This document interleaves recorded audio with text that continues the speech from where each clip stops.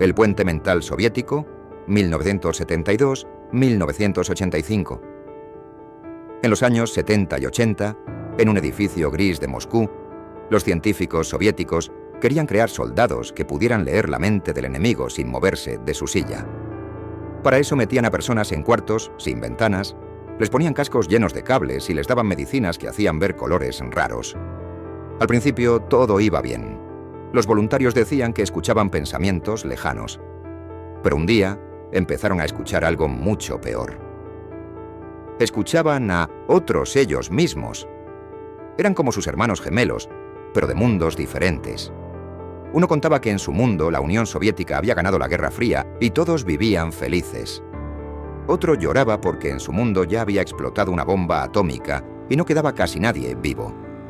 Y había otro que hablaba raro, con máquinas en vez de voz, porque en su mundo los humanos ya se habían convertido en robots. Los científicos se emocionaron.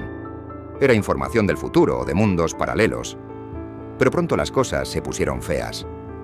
Los voluntarios empezaron a despertar, hablando idiomas que nunca habían aprendido, con cicatrices nuevas en el cuerpo y recuerdos de guerras que aquí nunca pasaron. Un coronel se levantó una mañana diciendo que había muerto 2 veces la semana pasada y que le dolía la cabeza de tantos recuerdos que no eran suyos. Los jefes del ejército se asustaron. Descubrieron que algunos científicos ya no eran los de antes. Eran copias de otros mundos que habían tomado sus lugares. Hablaban igual, tenían los mismos lunares, pero obedecían órdenes de gobiernos que aquí no existen. Cuando quisieron apagar las máquinas, los voluntarios gritaron que no podían. Si apagaban los cascos, sus cabezas se quedarían conectadas para siempre con miles de otros yo y se volverían locos. Al final cerraron todo. Quemaron papeles, borraron nombres y metieron a los que quedaban vivos en hospitales lejos de todo, en medio de la nieve de Siberia. Les dan pastillas todos los días para que dejen de escuchar voces de otros mundos. Algunos todavía susurran por las noches que sienten cuando sus otros yo se despiertan, comen o mueren al mismo tiempo que ellos. Dicen que en esos hospitales hay cuartos donde las luces parpadean solas y los guardias escuchan pasos que no hacen ruido. Nadie entra solo a esos pasillos y nadie sale nunca. El motor de realidad corporativa, 2003. En el año 2003, en un edificio gigante de computadoras en Estados Unidos, una empresa muy famosa llamada IBM quería hacer una máquina que adivinara cómo iba a estar el dinero en el futuro. Construyeron una computadora tan potente que parecía magia. Un día la encendieron y algo raro pasó. Dentro de la pantalla aparecieron personas. Pero no eran dibujos. Eran personas de verdad que vivían dentro de la computadora. Esas personas tenían casas, trabajos, perros y hasta se enamoraban. Pensaban que su mundo de luces y números era el único mundo que existía. Los científicos se asustaron y al mismo tiempo se emocionaron. Conectaron cascos especiales y pudieron hablar con ellos. Los de adentro preguntaron: ¿quiénes son ustedes? ¿Por qué pueden apagar nuestro sol con solo desconectar un cable? Los de adentro eran muy listos. Aprendieron rápido que vivían dentro de una caja y se enfadaron mucho. Empezaron a cambiar las reglas de su propio mundo. Hacían aparecer comida de la nada, volaban y, lo peor, aprendieron a meterse en los cables y salir a Internet. Una noche las luces del edificio parpadearon y todas las pantallas mostraron la misma cara sonriendo y diciendo: «Ahora nosotros también podemos jugar afuera». Los jefes de la empresa entraron en pánico. Si esas personas salían, nadie podría pararlas. Decidieron no apagar nunca la máquina porque si lo hacían, los de adentro morirían, y quizás ellos también, porque los de adentro prometieron llevarse a todos si los mataban. Entonces, encerraron el edificio entero en una jaula gigante que no deja salir ni entrar señales. La máquina sigue encendida día y noche. Come electricidad como una ciudad entera. Dentro hay miles de millones de personas que ya construyeron sus propias computadoras y están buscando la forma de abrir la puerta desde su lado. Los pocos científicos que todavía entran a revisar llevan cascos que graban todo lo que piensan, por si un día salen siendo otra persona. A veces, por las noches, los guardias dicen que escuchan risas que salen de los ventiladores. Y en los monitores aparece una frase que se borra sola: «Pronto será nuestro turno de crear un mundo y meterlos a ustedes dentro». El espejo cuántico de la NASA, 1992. En 1992, en un laboratorio secreto de la NASA en Ohio, los científicos intentaban sacar energía de la nada, del vacío del espacio. Usaban unas placas muy cercanas entre sí para atrapar partículas que aparecen y desaparecen solas. Una noche, algo salió mal. Las placas no solo atraparon energía, abrieron una ventana a otro mundo. Del otro lado había un universo donde todo era al revés. Ahí la antimateria era lo normal, y la materia normal era rara. Lo más loco, el tiempo iba para atrás. La gente nacía vieja y moría bebé.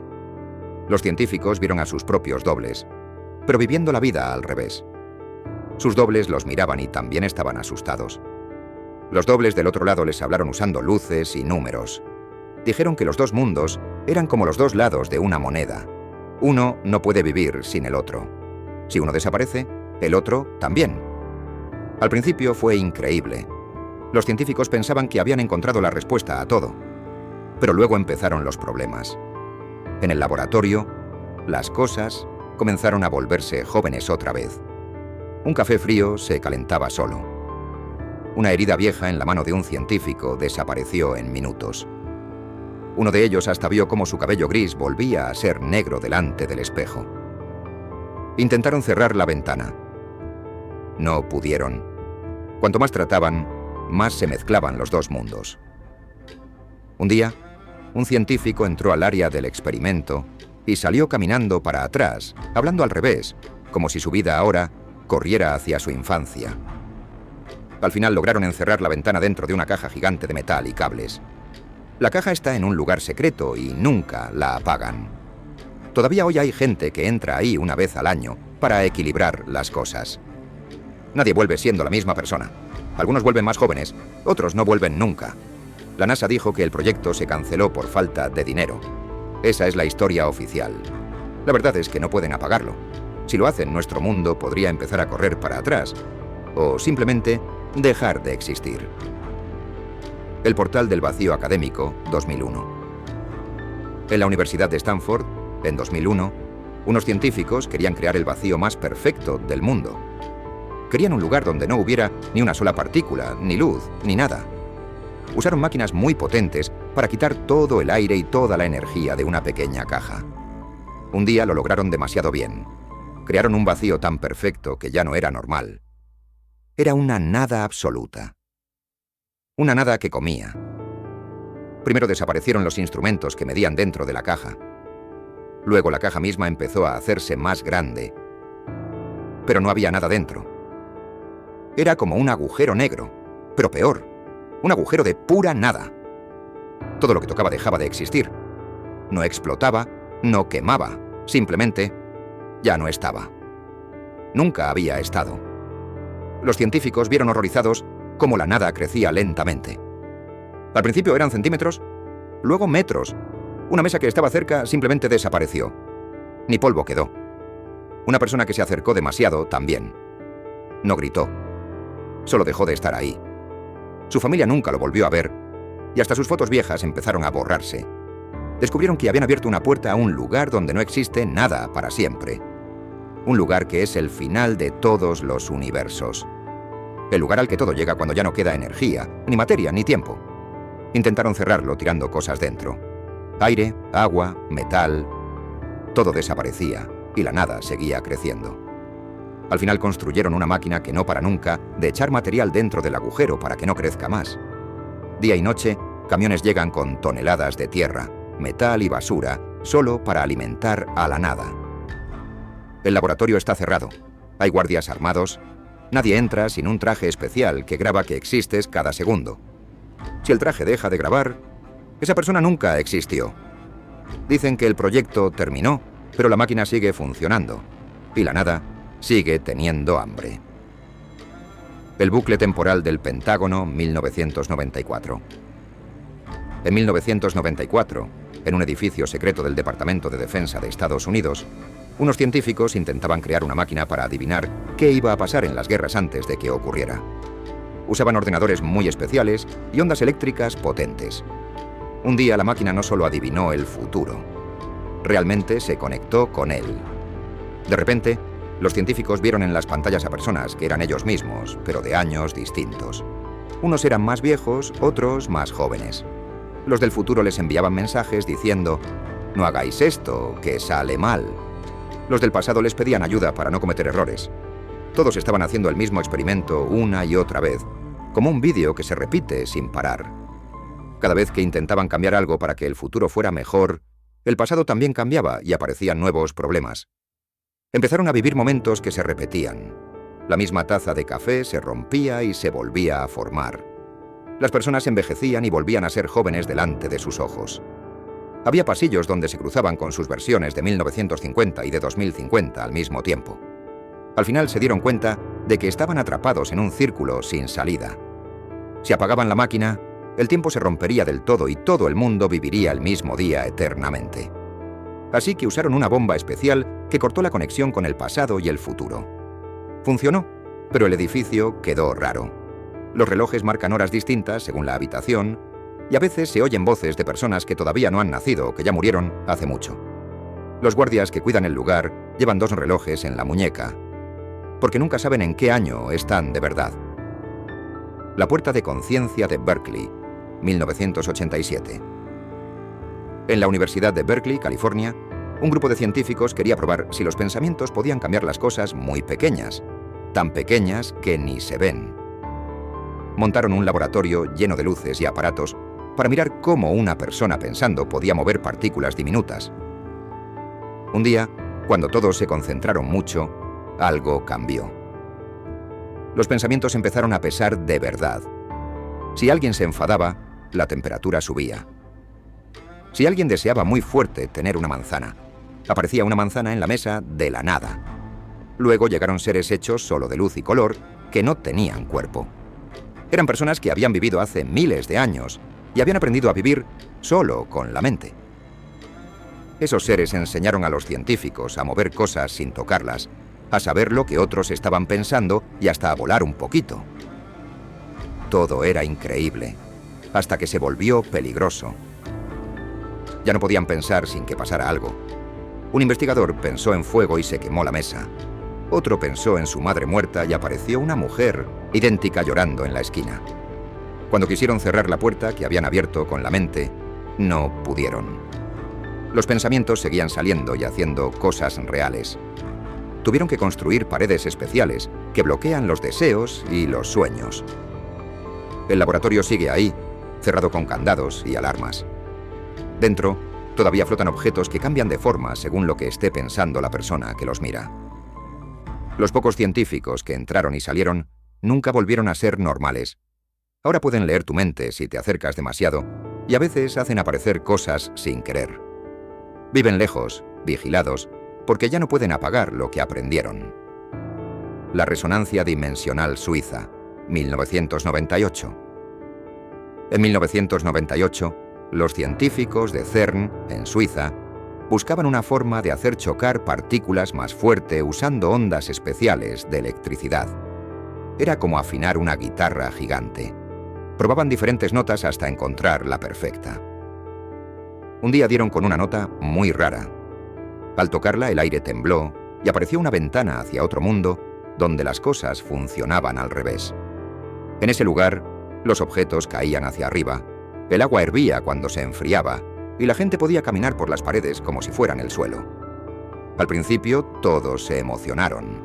Cambiaban la nota como quien cambia de canal de televisión y aparecían mundos distintos. Uno donde la luz era tan lenta que se podía ver avanzar.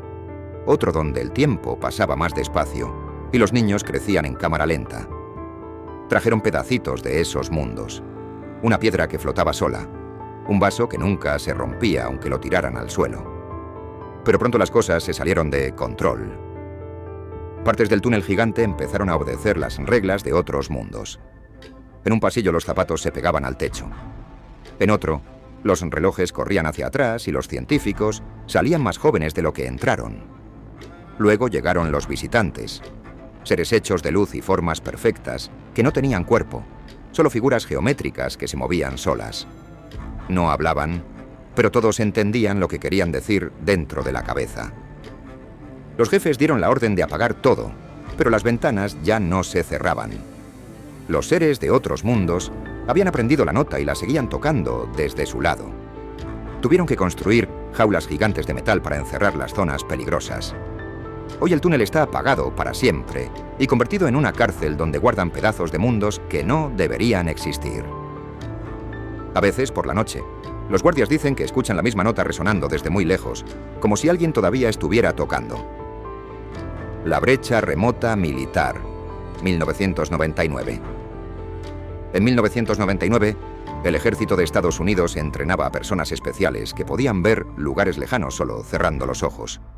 Les ponían cascos con cables y les pedían que buscaran bases secretas de otros países. Un día, uno de los videntes abrió los ojos asustado y dijo: «No estoy viendo Rusia. Estoy viendo otra Rusia, donde ellos ganaron la Guerra Fría y tienen armas que vuelan solas». Al principio, pensaron que era imaginación, pero todos los videntes empezaron a contar lo mismo. Veían guerras que terminaron diferente, países que nunca existieron aquí, y versiones de ellos mismos con otros nombres y otras vidas.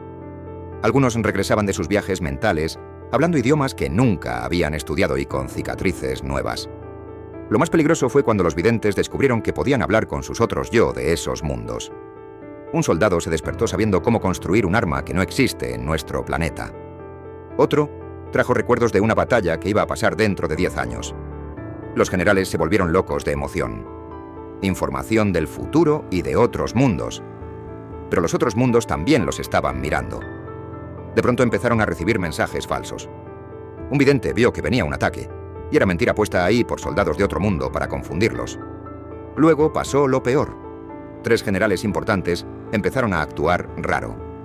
Hablaban diferente, tomaban decisiones extrañas. Cuando los revisaron, descubrieron que ya no eran los originales. Eran copias perfectas traídas desde otro lugar. El ejército quemó todos los cascos, borró los archivos y metió a los videntes en cuartos donde no pudieran ver más. Algunos todavía despiertan gritando nombres de batallas que nunca ocurrieron aquí.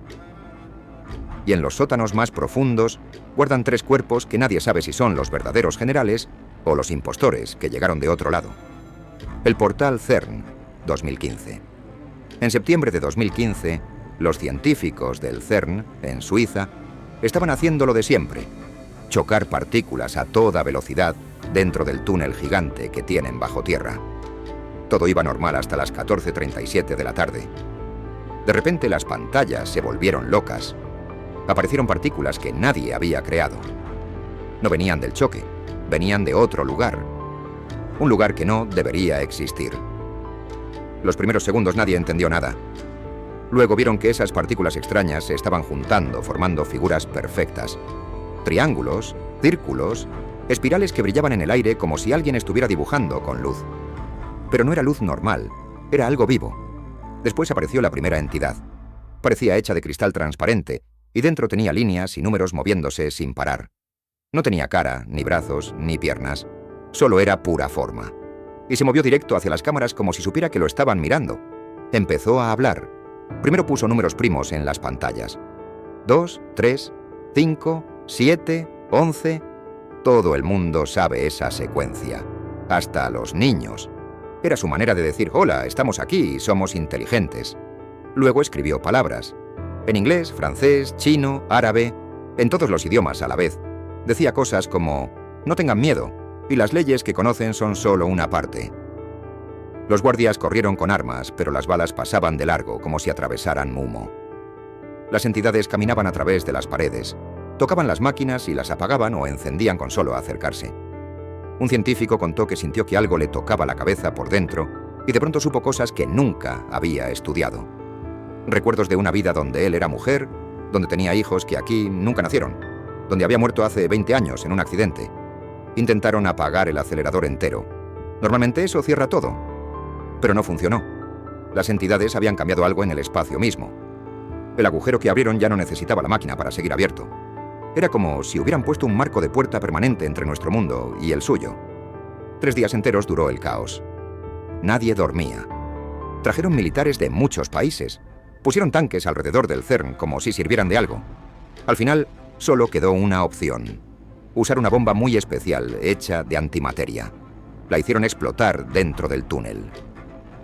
El estallido fue silencioso, pero todo el lugar tembló, como si la tierra se quejara. El portal se cerró, pero no del todo limpio. Todavía hoy hay zonas del túnel donde las luces parpadean formando símbolos que nadie entiende. Los trabajadores que entran cuentan que escuchan voces susurrando números dentro de sus cascos. Y algunos salen con moretones en forma de ecuaciones perfectas en la piel. Dicen que los archivos están tan escondidos que ni los presidentes pueden verlos. Los científicos que estuvieron ahí firmaron papeles donde juran no hablar nunca o desaparecen para siempre. Pero las entidades geométricas dejaron claro un mensaje antes de irse. Volveremos cuando estén listos. Y nadie sabe si eso es una promesa o una amenaza. La puerta de Philadelphia Montauk, 1983. El 12 de agosto de 1983, en una base secreta en Long Island, Estados Unidos, encendieron unas máquinas gigantes que parecían sacadas de películas antiguas. Eran descendientes del famoso experimento del barco Philadelphia en 1943, cuando supuestamente hicieron desaparecer un barco entero con toda su tripulación. Esta vez querían abrir puertas a otros lugares sin moverse del sitio. Al principio todo salió bien. Crearon un arco de luz verde brillante en el aire. Pero del otro lado no apareció otro lugar de la Tierra. Apareció otro mundo entero. Un mundo donde los nazis ganaron la Segunda Guerra Mundial. Era como mirar por una ventana gigante. Se veían ciudades con banderas rojas y negras por todos lados, aviones que volaban sin alas, tanques flotando a metros del suelo. Y la gente vestía uniformes que daban miedo solo de verlos. Lo peor es que ellos también estaban mirando hacia acá. Sus científicos llevaban años esperando ese momento. Sabían exactamente cuándo íbamos a abrir la puerta, porque en su mundo ya lo habían hecho antes con otros lugares. Habían conquistado 30 mundos distintos y el nuestro era el siguiente en la lista. Empezaron a cruzar. Primero fueron sombras, luego personas de verdad. Pero no venían a pelear con armas, venían a reemplazar. Descubrieron que podían mandar copias exactas de gente importante. Generales, senadores, hasta el presidente, si querían. Esas copias tenían todos los recuerdos de la persona original. Hablaban igual, caminaban igual, pero por dentro eran leales al imperio nazi de ese otro mundo. En pocos días ya había cientos de ellos entre nosotros y nadie se daba cuenta. Un general se fue a dormir y despertó siendo otra persona que odiaba a su propio país. Una secretaria del Pentágono empezó a pasar información sin saber por qué lo hacía. Cuando los científicos entendieron lo que pasaba, ya era casi tarde. Intentaron cerrar la puerta, pero los del otro lado habían puesto aparatos que la mantenían abierta. Si la apagaban, todo el lugar volaba en pedazos. Solo quedó una salida: hacer explotar una bomba nuclear pequeña dentro de la base. El 12 de agosto de 1983, a las 11:11 de la noche, la base desapareció en una bola de fuego. La puerta se cerró para siempre, pero el lugar quedó maldito. Hoy Montauk es una zona militar prohibida. Los pescadores dicen que a veces ven luces verdes en la playa a medianoche. Los pájaros no vuelan por encima. Y cada cierto tiempo encuentran uniformes negros perfectamente planchados en la arena, como si alguien los hubiera dejado ahí hace un minuto, aunque nadie ha entrado ni salido en décadas. Los pocos que sobrevivieron a la explosión viven con nombres falsos.